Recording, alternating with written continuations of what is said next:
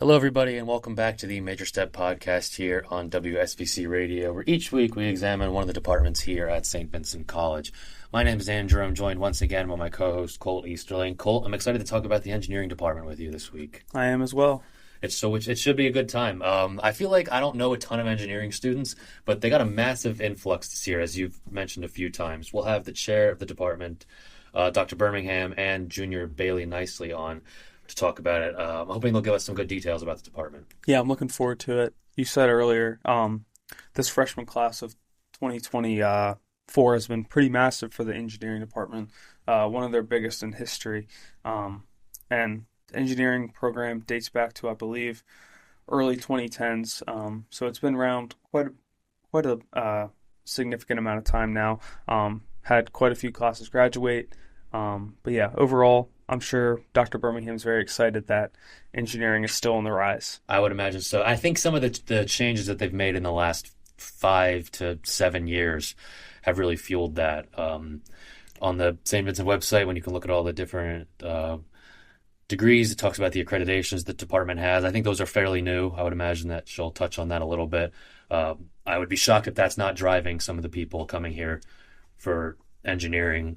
It helps them, applying to grad school or jobs, seeing that they come from an accredited program like St. Vincent has. Yeah, any program, doesn't matter what school or what the program is. I think having it accredited in some way, shape, or form definitely helps students come here and have that security that they're going to be able to get a job after school, because that's what most people are here for. So yeah, I think you're absolutely right. You ready to get into the episode, Colt? Yes, I am. All right.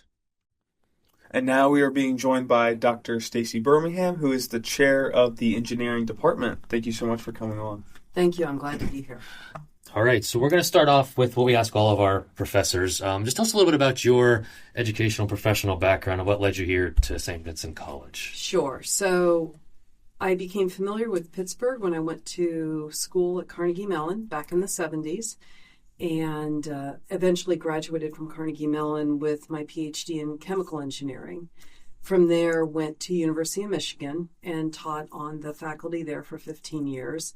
From there, I wanted to focus a bit more on undergraduates as opposed to both graduate students and undergraduate students, and ended up at a small liberal arts school.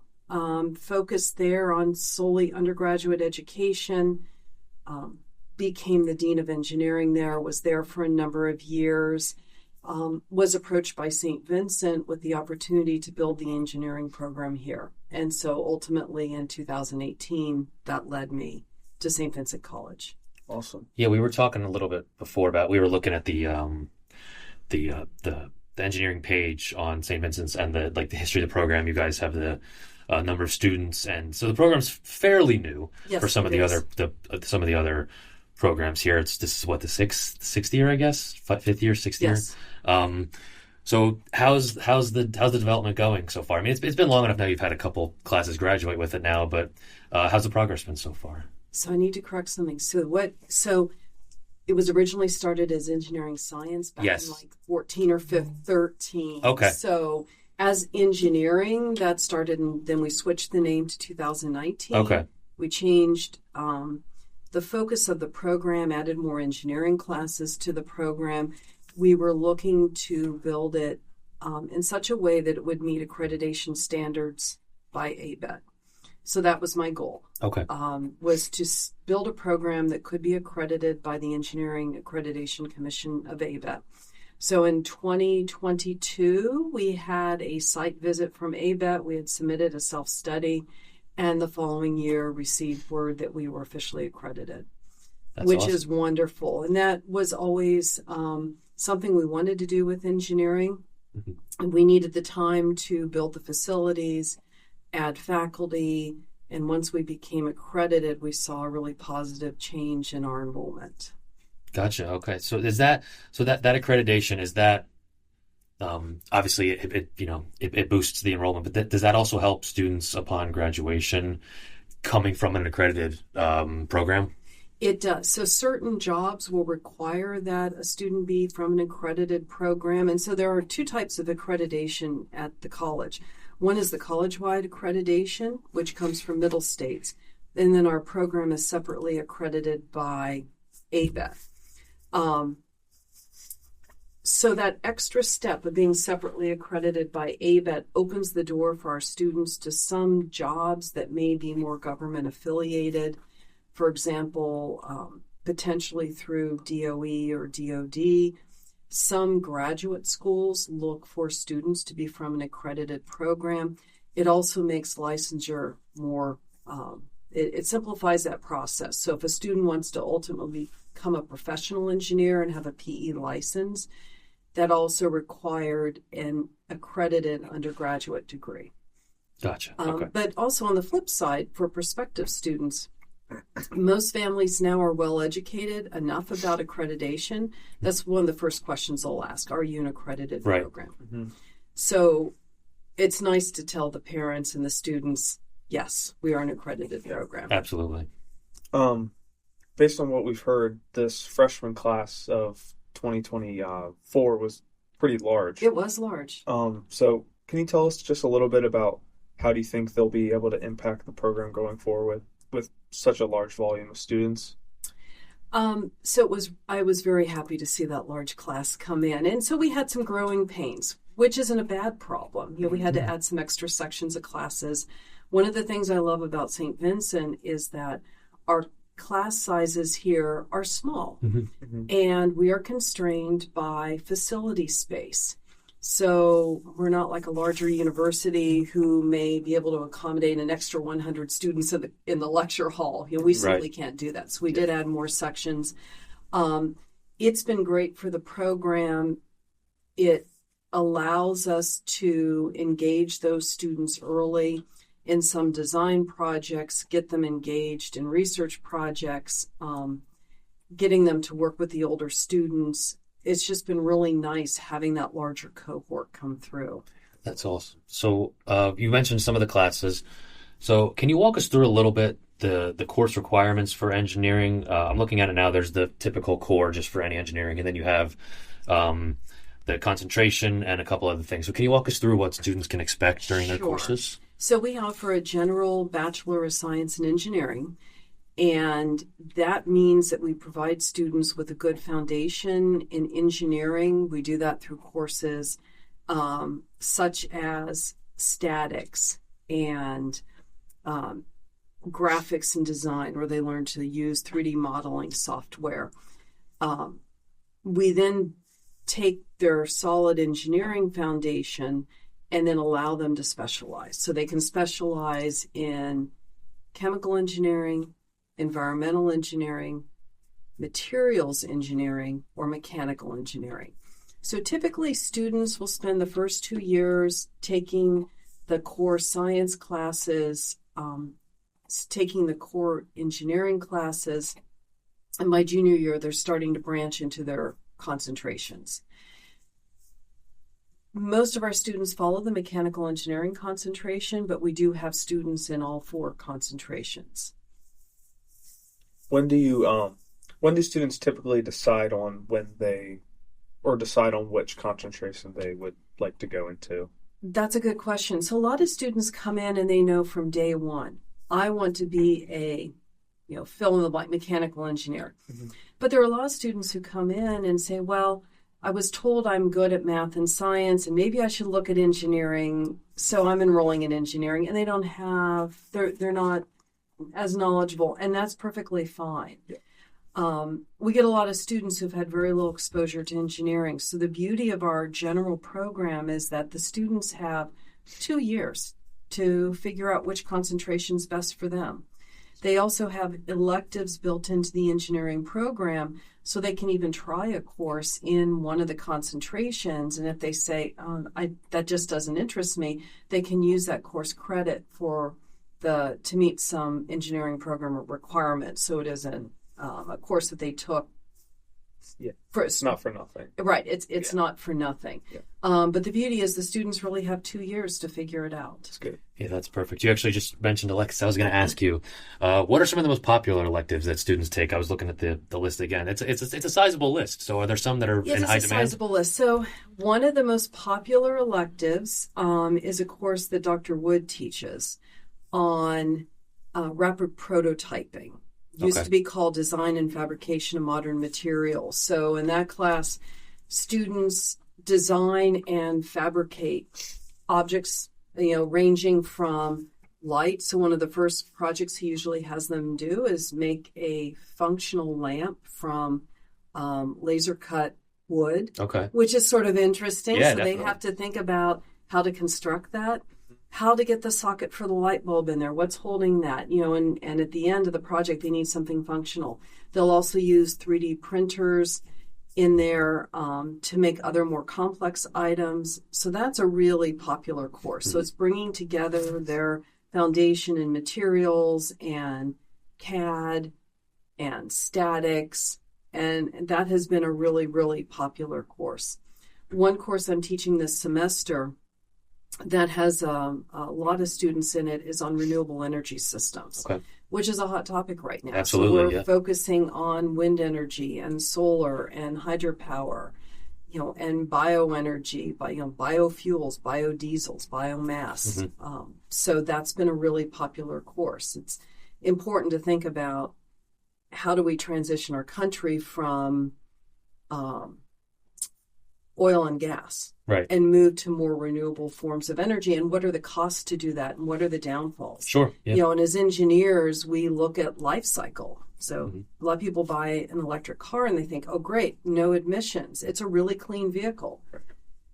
But in producing that vehicle, there are a lot of emissions. Yeah. And, especially producing that battery, there are a lot of emissions. And then you have to look at disposal. We look at cradle to grave. You have to look at the disposal.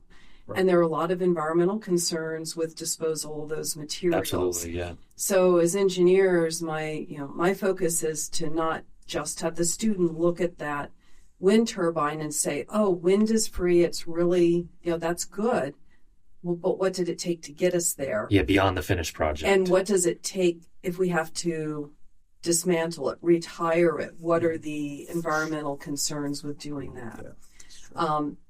Dr. Robinson has taught a course in mechatronics, which is essentially robotics. And so his interest is in pedestrian detection in automated driving. So students learn how to model what a pedestrian might look like, how to simulate that more on the lab scale, which is really interesting. Yeah, very. We don't think much about that. Not at all. And in ethics, we talk a lot about automated driving. Somebody is sitting in a research facility writing the software that car is going to use to determine, is that a pedestrian? Is that just a gust of wind with some dust in it? Sure. What do I do? How do I protect the occupant? How do I protect that potential hazard in front? And how do you make those decisions? That's very interesting. Yeah, you get to think beyond just what you see as a finished product. There's so much that goes into that. 100%. And we do a lot of materials research in the department. We do soft robotics.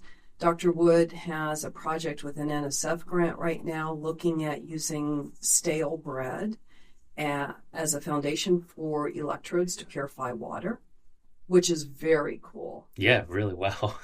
So there's just a lot of really interesting things going on. Absolutely. Definitely. In your time here at St. Vincent, what are some of the common minors or even majors that students are typically pairing with an engineering major? So all of our engineering students by default get a math minor. We take enough math classes for the math minor. That is good. It just means the students have to add it to their program. Yeah. Once they do that, that's great.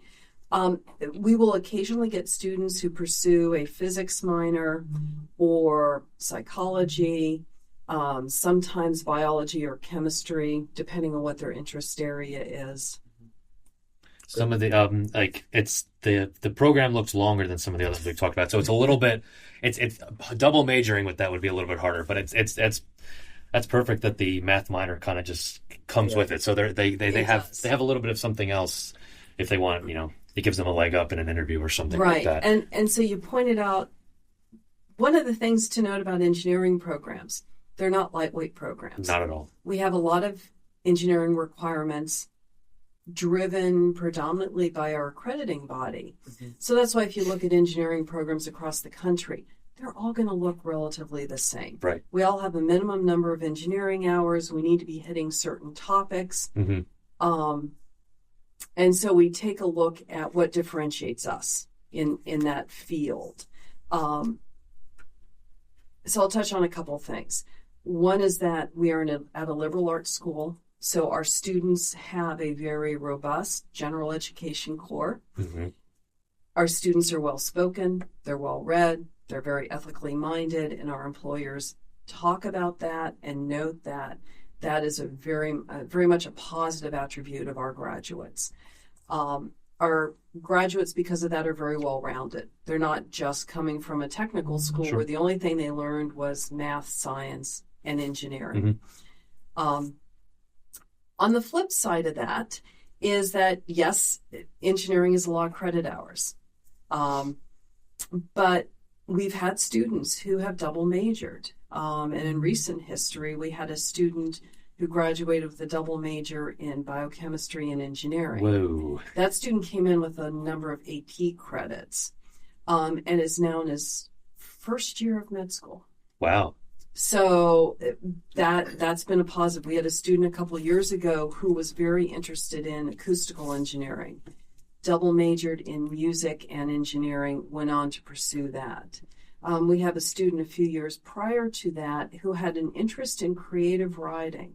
So had a double major in English and engineering, went on to a creative writing graduate program at Columbia.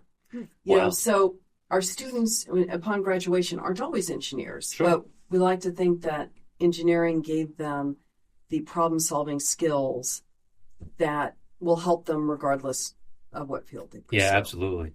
Wow, that's impressive. So it's not unheard of to have a double major. It is not unheard of. It carefully designed, it can be done. Okay. So talking about how intense some of the courses are, what are some of the resources that students can take advantage of outside of the classroom, whether it be time with professors or if they, do some extra work themselves or group work? How do students go about that? So I'll touch on a number of things. So let's talk first about tutoring. Mm-hmm. We do have tutors for our lower level courses. So students are struggling in any of the lower level engineering courses. We do have tutors who are available for that, and some also for our upper level courses. Our faculty have an open door policy. So regardless of what our office hours are, if our door is open, come in and ask us questions, and so we'll try to respond as quickly as we can. The older students often will just work in the engineering facilities on their work during the day. A younger student, academically younger student, will come in and they'll provide help to that student. So there's a really good sense of community within engineering. Absolutely, yeah. So I think that is very, very helpful. Yeah, and that's a common theme we've heard with a couple other departments as well, because admittedly so, I'm somebody who might not always feel comfortable asking a professor my first year here, but a fellow student might be able to provide that same help.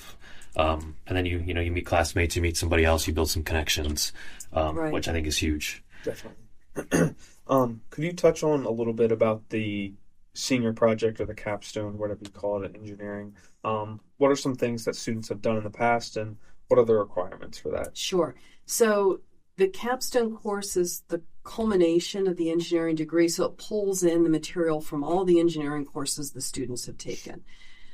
So one of the hallmarks of our program is we get students engaged in engineering design freshman year. So when they step foot on campus, one of the first courses they take fall semester is Intro to Engineering. They start on hands-on engineering design in that course, and then we thread it throughout the curriculum. So they're doing engineering design all 4 years. Our capstone program is now a 3-semester sequence, so it starts junior year. as a one credit class, the students start to form teams because it's important that the students work with a team of other engineers to accomplish their task. Start to identify the projects, and then senior year, prototype, design, build, test, and then present the end project. And the presentations always happen at academic conference. So it is a great experience for the students. I'll speak to some of the projects in recent years. This year, there's a team building a concrete bowling ball for a competition. And there are specifications that they need to meet for that bowling ball in terms of its size, its density, its weight. And the bowling ball can't be made simply of concrete, or it would be overweight. So they have to think of ways to design a bowling ball, at least whose outer shell is concrete. Sure. And it's a relatively smooth surface. And how do you reinforce that concrete? So there's a lot of materials work that goes into that. We had a student team work with PowerX last year. They're a semiconductor manufacturer in Youngwood, which isn't far from here. And they were having trouble on their assembly line with operators over tightening screws on components holding a power module to a plate, and these were being used in the defense industry. So the students worked with a robot and programmed a robot so the correct amount of torque was always supplied to each one of the screws. So they spent a lot of time writing the software to position the robot, to grab the screw, to apply the right amount of torque for the screw. We had a student team last year designing a tool for a pharmacist to use to do automatic pill counting. We've had a lot of really interesting projects. One of the ones that's been continuing over multiple years is the Living Chapel, which is in the courtyard between the engineering wing and the west wing of Dupre. And it was modeled after a concept that was taken to Rome by Penn State a few years ago, that you can build a living chapel, which is a space for prayer, for contemplation, that uses recycled material, plants, nothing that, everything has to be powered off the grid. So using sun, wind. And so the students have built 2 prototypes. There's a team now looking to improve our second prototype. And that's sort of been an exciting project to see. You see sort of come to life. Yeah, that's it is. Cool. It has been. And so that requires working with the monks and finding out what's important. And it's just, that's been a great project. Yeah, that's a pretty cool one. So I just have one final question. As I mentioned before we were recording, if we didn't touch on anything, feel free to bring it up. But any final thoughts you have on your department, and anything you would want anybody listening who's thinking about becoming an engineering major to know about the program we have here? Sure. So we have, a low faculty-student ratio. Our faculty advise students the summer before they enter as a freshman, and the students have that same advisor throughout their time here at St. Vincent. We get to know the students really well. So we provide not only advising on which courses to select for registration, but participate in what I would call proactive advising. We do a lot of career counseling. We help students write resumes, prepare for interviews, help them identify different industries to look for jobs. Our students have almost a 100% placement rate. Wow, okay. So we do a great job of getting our students out into the workforce or successfully enrolled in a graduate school. And all indicators is that they excel once they're out there. I think one of the hallmarks is the personal attention that our faculty can give to all students. Mm-hmm. They're not just a number in a lecture hall. Sure. I used to teach 200 students at a time, standing on a stage in a lecture hall. This is very different, and I much appreciate standing in front of 10 students. Right. Mm-hmm. Talking to them about renewable energy. Yeah, that's all. I think that's all you can ask for. Good professors and a good shot at finding a job after graduation. I think that's Right. pretty good. All right. I don't have any other questions, Colt. If you don't have anything, Yeah. thank you very much for your time, and Dr. Birmingham. We really appreciate it. Thank you. Thanks so much. Yep. And now we are joined by junior engineering major Bailey Nicely. Bailey, thank you so much for joining us today. Thanks for having me. Of course, we're excited to talk about the department with you. So, first, classic question for pretty much anybody who goes to college. What made you decide to become an engineering student here? Oh yeah, so St. Vincent, my brother went here. I kind of thought about coming here for several years. It was just a perfect balance coming here, having lacrosse, having engineering. It was really interesting, like seeing the engineering program, how it's fairly new. There's a good lab space. The teachers are super welcoming and friendly, and I just felt like St. Vincent was the right fit for me. Were you a big math person in high school then? Absolutely. I took AP Calc in high school. I took a lot of the calculus courses, a lot of physics courses, just very math oriented. Yeah, so you came in ready to go. Mm-hmm. Yep. That have you found that to be a leg up for you taking courses here? I think it was definitely helpful having a little bit of that background, but all the teachers here, if you need help with anything, they're very open door. You can go ask them questions literally any point throughout the day.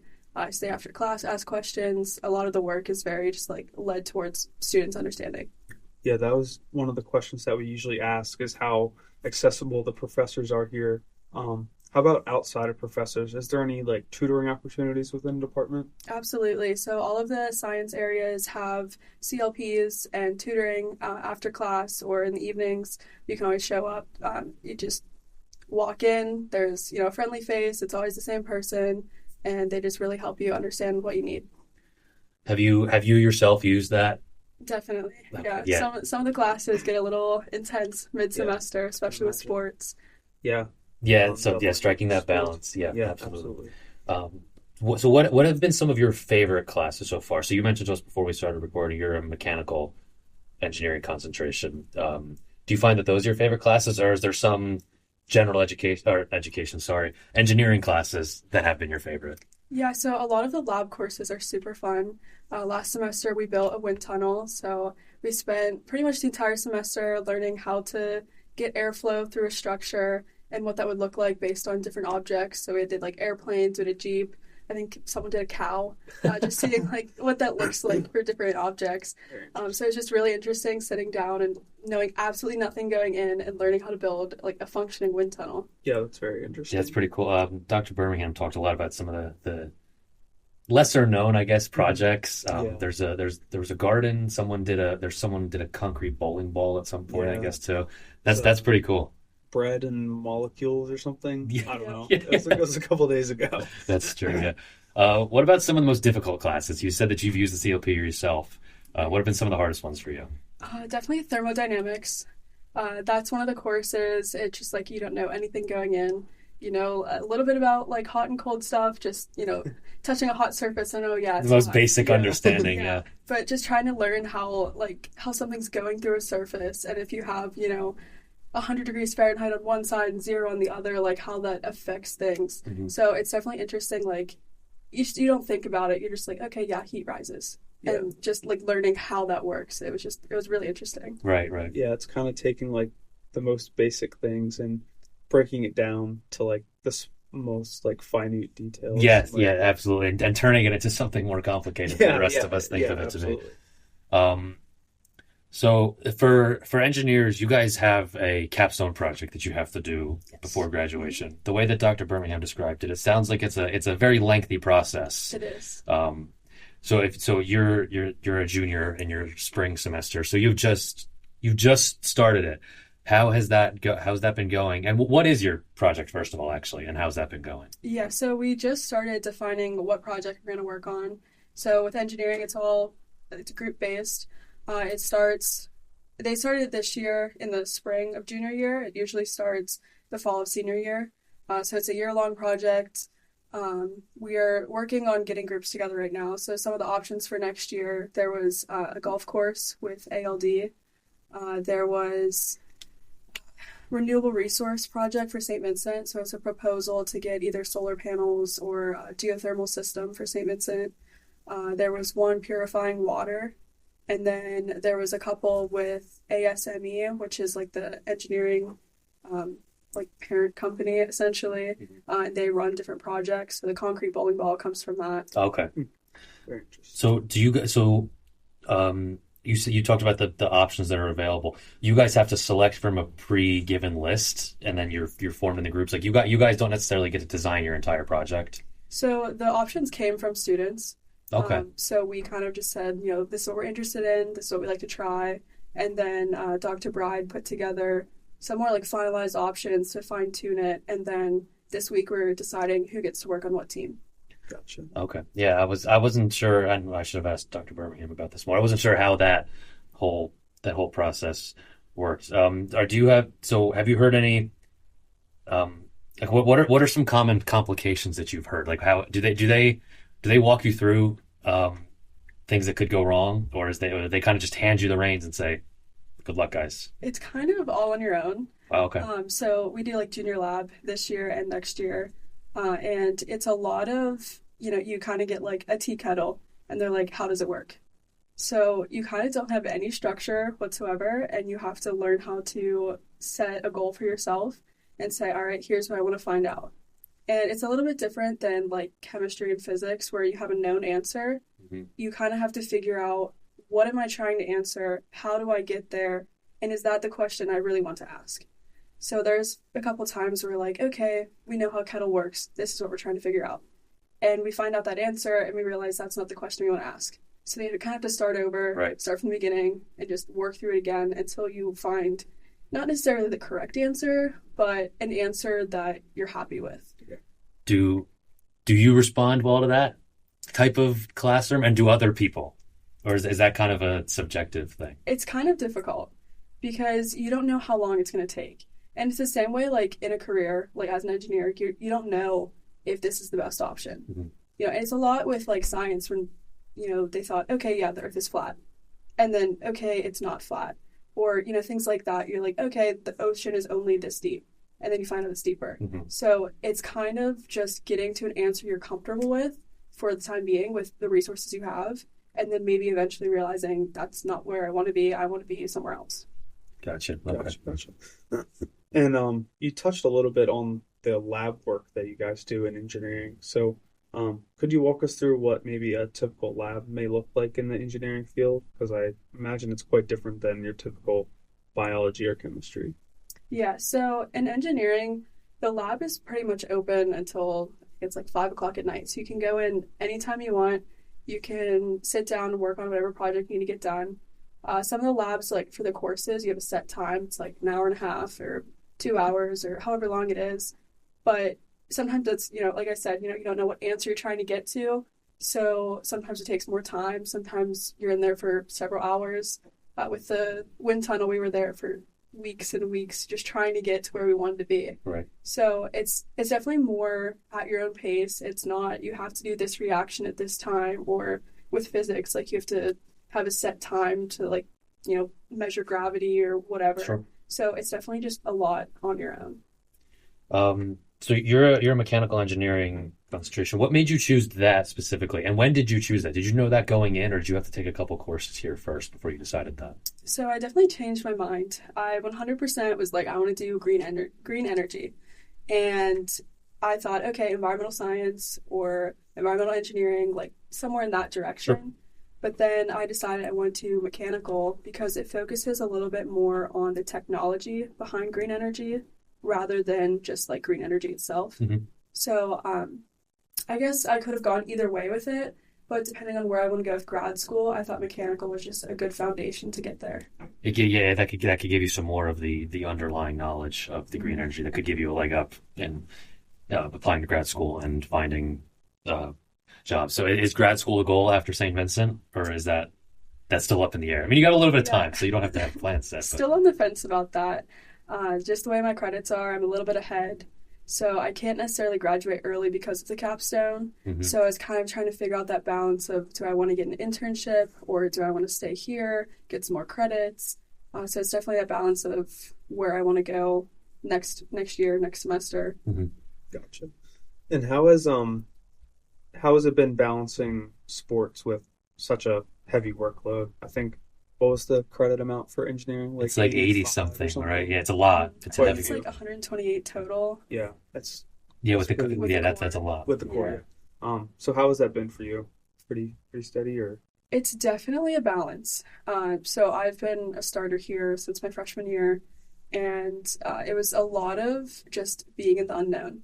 So as a goalie, my freshman year, I'd never played that position before, and I had never been an engineering student before. So you're kind of just like trying to figure out the balance of, all right, like I need to be able to rely on my teammates with both engineering and sports, and I need to be able to rely on myself and get done what I need to get done before a game or practice.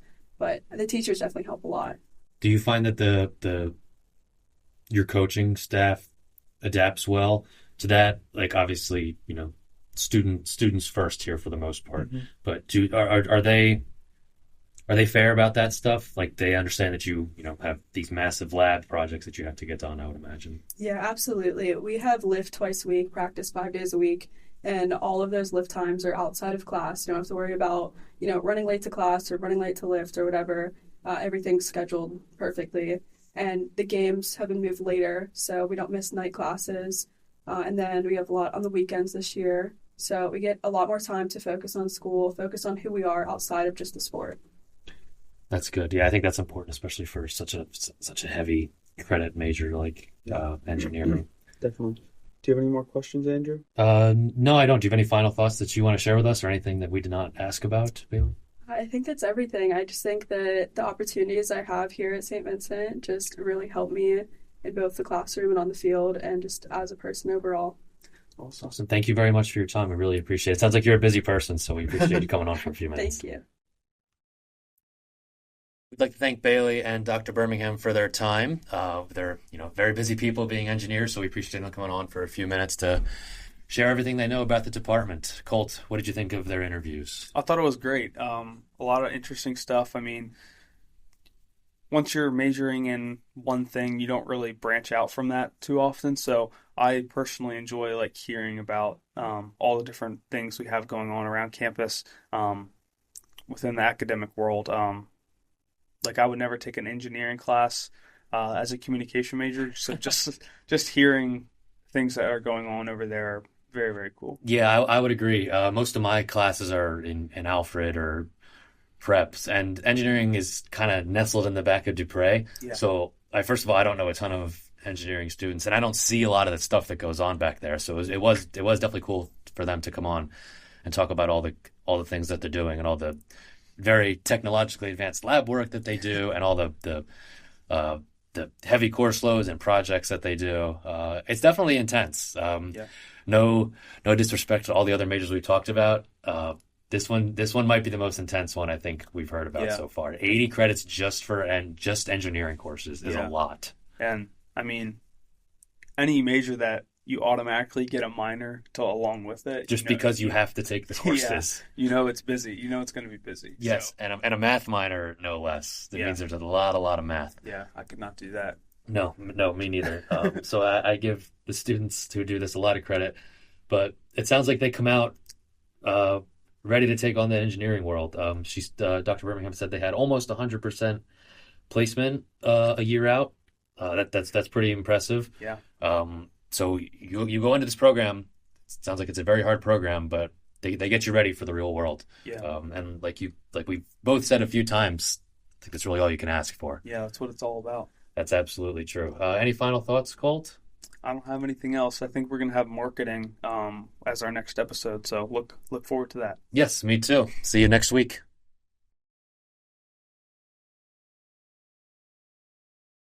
Hey there, listeners. I'm Matt Boyer, station manager of WSVC Radio. If you like what you're listening to, don't forget to like, subscribe, and hit that bell button to be notified with all of our updates. Every day, one of our shows will be releasing a new episode. Stick around and tune in.